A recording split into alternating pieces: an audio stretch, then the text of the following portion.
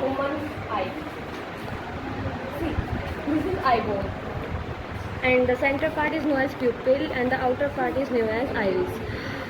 Iris हर एक human being में अलग अलग कलर की होती है और ये जो होती है ये प्रोटेक्ट करती है इस प्यूपिल को और इन दोनों को प्रोटेक्ट करता है cornea.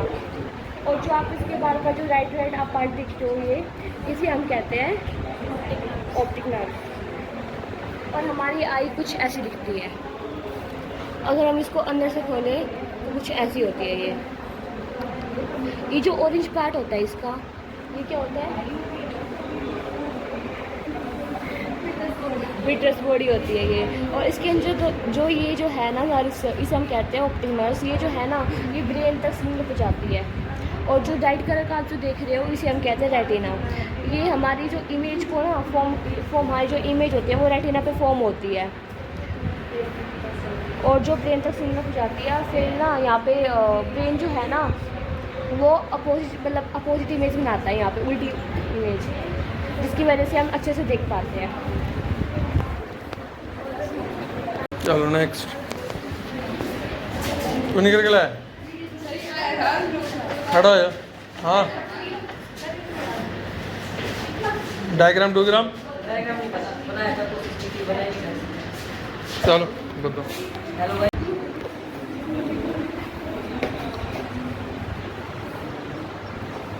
Good morning everyone. My name is Suhari. Explain our logic.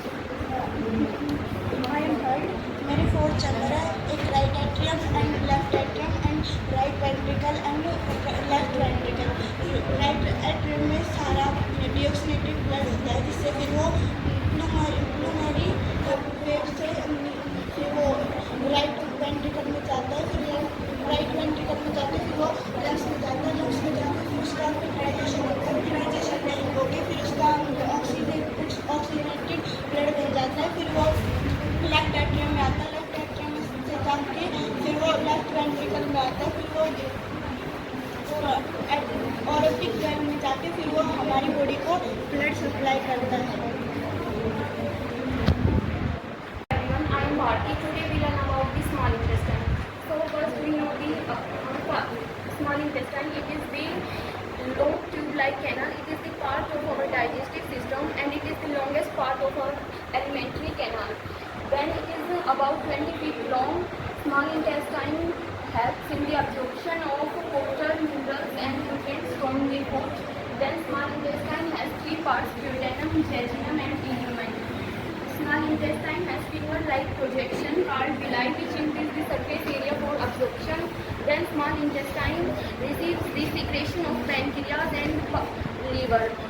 Small intestine receives the liver from the bile juice. Bile juice helps the medium alkaline and the bile salts help in the breaking down of fat molecules into smaller particles and this process is known as emulsification of fats.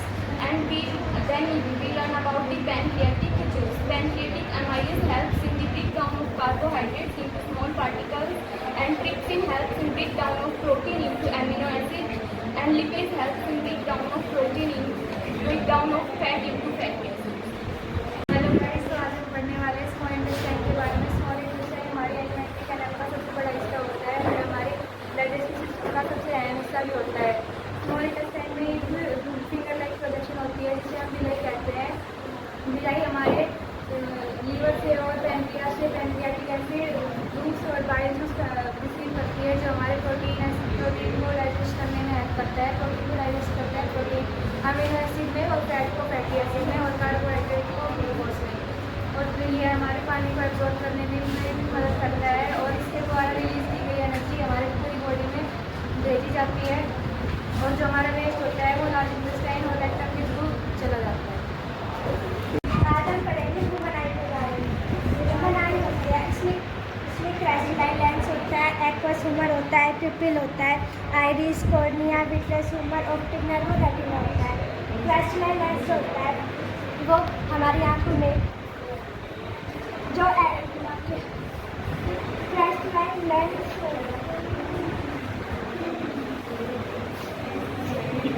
जो aqueous humour होता है वो हमारी आँखों में provide करता है और पिपिल हमारी आँखों में कितनी लाइट जानी चाहिए कितनी नहीं जानी चाहिए ये कंट्रोल करता है।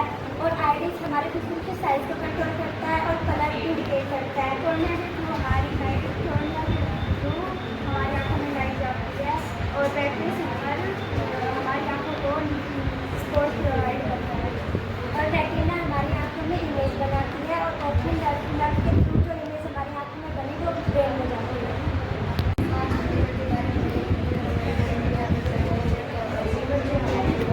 बड़ा हो इसका जो वेट है वो 1.6 होता है। वो हमारी बॉडी में लगभग 5 से ज़्यादा वर्क करता है। और लीवर जो है वो फूड को डाइजेशन करने में हेल्प करता है। अगर वायु को डाइजेशन करता है तो डाइजेशन करने में मदद करता है।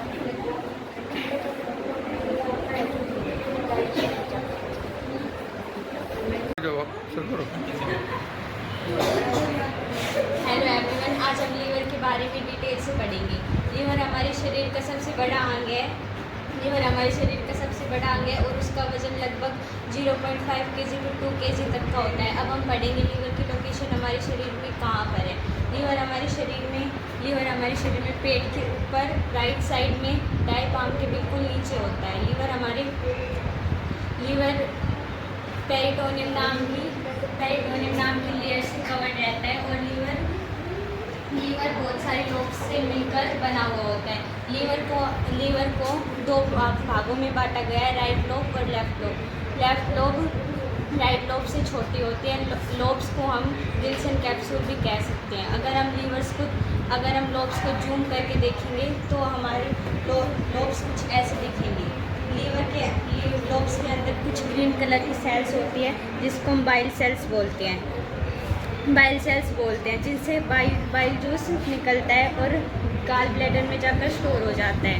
गाल ब्लैडर बाइल जूस को प्रोड्यूस करता है और स्मॉल इंटेस्टाइन में भेजता है, जिससे कार्बोहाइड्रेट न्यूट्रिएंट्स को स्मॉल पार्ट्स में तोड़ देता है, जिससे हमारा फूड ज़्यादा से ज़्यादा डाइजेस्ट होता है। अब हम पढ़ेंगे लीवर की फंक्शनिंग। लीवर हमारे शरीर में ब्लड का थक्का जमाने में मदद करता है। लीवर हमारे शरीर में खून को जमने नहीं देता और liver bile juice carbohydrate nutrients and vitamins को उनकी बेसिक यूनिट्स में तोड़ देता है और उनको स्मॉल इंटेस्टाइन ज़्यादा से ज़्यादा एब्जॉर्ब कर सके। अगर हमारे शरीर में ग्लूकोज की मात्रा ज़्यादा हो जाती है तो लीवर इसको ग्लाइकोजन में कन्वर्ट कर देता है और तब हमारे शरीर को ग्लूकोज की ज़रूरत होती है। तो ग्लाइकोजन से ग्लूकोज में कन्वर्ट करके फिर ब्लड के द्वारा सभी ऑर्गन्स में पहुंचा देता है। लीवर हम आपको एक्सप्रेशन के बारे में बताएंगे। किसी भी ह्यूमन बॉडी में टैक्सी वेस्ट को बाहर निकालने की प्रक्रिया को एक्सप्रेशन कहते हैं। CO2 और लीवर शरीर में उत्सर्जित को बाहर निकालने के प्रमुख अंग है। हमें यूरिया को अपने शरीर से बाहर निकालना चाहिए, शरीर में हानिकारक है।